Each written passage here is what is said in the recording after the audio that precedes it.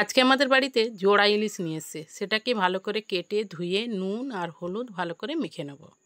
মাছটাকে সাইডে সরিয়ে দিয়ে একটা বাটির মধ্যে দিয়ে দেবো হাফ কাপ দই, স্বাদ মতো নুন, 1 চামচ লঙ্কার গুঁড়ো, চামচ দিয়ে খুব ভালো করে ফেটিয়ে নেব। এরপরে নুন হলুদ মাছগুলোকে মাখা দইয়ের মধ্যে খুব ভালো করে মেখে নেব। মাখা হয়ে গেলে মাছটাকে ঢেকে রেখে দেবো 30 মিনিটের জন্য। 30 মিনিট পর কড়ার মধ্যে দিয়ে দেবো তেল।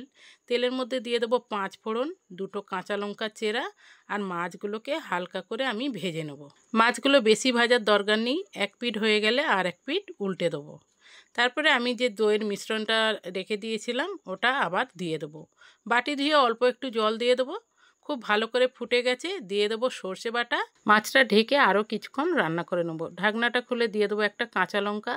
আরও 5 মিনিট রান্না করে সবার শেষে দিয়ে দেবো কাঁচা তেল। এইবারে মাছটা নামিয়ে নেবো। আমি যেভাবে রান্না করেছিলাম আপনারা একবার এইভাবে রান্না করে দেখুন, মাছটা কিন্তু সত্যিই খেতে ভালো হয়েছিল। ভিডিওটা ভালো লাগলে একটা লাইক করে দেবেন, বেশি বেশি করে শেয়ার।